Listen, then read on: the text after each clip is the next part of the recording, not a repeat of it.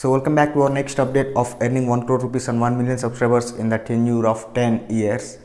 So ఈ వీడియోలో నేను ఇంకా కొన్ని స్కిల్స్ గురించి చెప్తున్నాను. ఇవైతే మనం డెవలప్ చేసుకోవాల్సి ఉంటుంది. ఫస్ట్ థింగ్ అయితే లైక్ ఏంటంటే ఫస్ట్ అయితే రీసెర్చ్ గురించి నేర్చుకోవాలి. మంచి రీసెర్చ్ స్కిల్స్ అనేవి మనము నేర్చుకుంటే లైక్ ఈ 1 crore అనే గోల్ని ఎలా రీచ్ అవ్వచ్చు, ఎంత టైంలో రీచ్ అవ్వచ్చు అన్ని అనాలిసిస్ అనేది మనం చేసుకోవచ్చు. లైక్ మనం ఒక మల్టిపుల్ వేస్ అనేది లైక్ స్మాల్ వేస్ అనేవి మనం క్రియేట్ చేసుకోవచ్చు ఈ 1 crore జర్నీని ఎండ్ చేయడానికి, లైక్ 1 crore ఎండ్ చేయడానికి. అండ్ నెక్స్ట్ వచ్చేసరికి marketing comes to the play.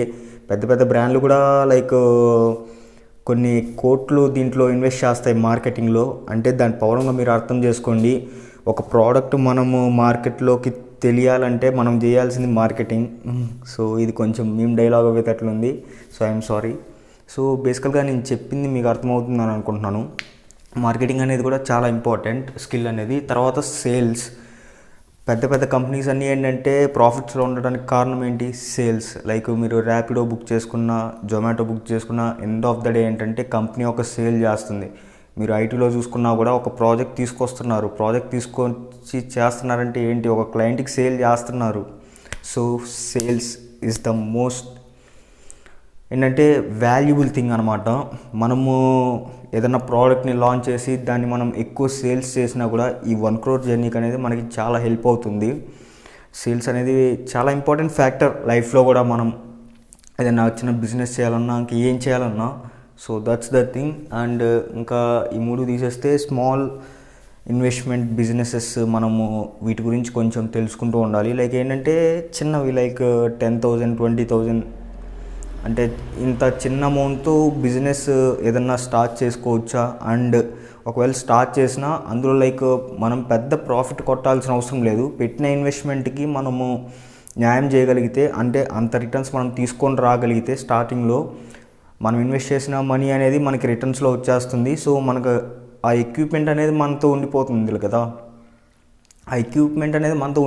కదా. So that's the point. తర్వాత మనం ఎన్ని సేల్స్ చేసుకుంటే అంత ప్రాఫిట్ అనేది ఉంటుంది. లైక్ మనమే కష్టపడితే ఏంటంటే ప్రాఫిట్ అంతా మనకే వస్తుంది. ఎందుకంటే మనమే తీసుకుంటున్నాం కాబట్టి లైక్ స్టాండ్ అనేది వర్క్ కోసం. బట్ మనం ఏంటంటే లైక్ ఇంకా కన్సిడర్ చేసుకోవాల్సి వస్తుంది. సేల్స్ ఒకవేళ ఎక్కువైతే ఎంప్లాయ్ చేసుకోవడం కానీ, లేదంటే ఎక్స్పాండ్ చేసుకోవడం కానీ పార్ట్నర్షిప్స్ కోసం. ఇవన్నీ చూద్దాం ఎలా జరుగుతుందో ఏంటో ఈ జర్నీలో. సో ఇంకా నెక్స్ట్ స్కిల్ వచ్చేసరికి ఇంకా fund raising and sponsorships. So ఏంటంటే మనకి యూట్యూబ్లో కూడా అందరూ వీడియోస్ చేస్తూ ఉంటారు, ఇన్స్టాగ్రామ్లో ఇన్ఫ్లుయెన్సర్స్ వీళ్ళందరూ. లైక్ మీరు చూసుకుంటే లైక్ వీళ్ళకేంటంటే మెజారిటీ ఆఫ్ ద సబ్స్క్రైబర్స్ వచ్చినప్పుడు, అంటే లైక్ ఒక మార్క్ 50,000 1 lakh సబ్స్క్రైబర్స్ ఎట్లా వచ్చి కొన్ని టార్గెటెడ్ వ్యూస్ని జనరేట్ చేస్తున్నప్పుడు స్పాన్సర్స్ వచ్చి వీళ్ళకి వీడియో చేయడానికి లైక్ మనీ ఇస్తారు. అంటే ఏంటంటే బ్రాండ్ కొలాబ్స్ అని అంటారు వీటిని. లైక్ బెట్టింగ్ యాప్స్ని తీసేయండి, వాటి గురించి నేను మాట్లాడలేదు, అది సపరేట్ కేటగిరీ అన్నమాట.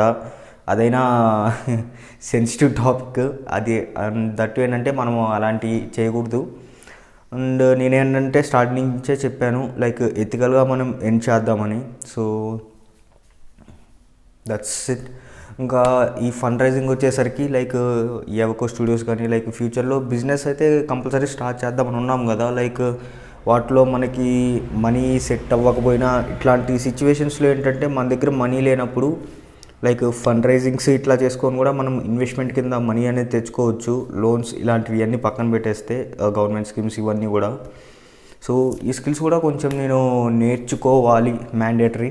And this video. మళ్ళీ నెక్స్ట్ వీడియోలో నెక్స్ట్ అప్డేట్లో మళ్ళీ కలుసుకుందాం. Signing off.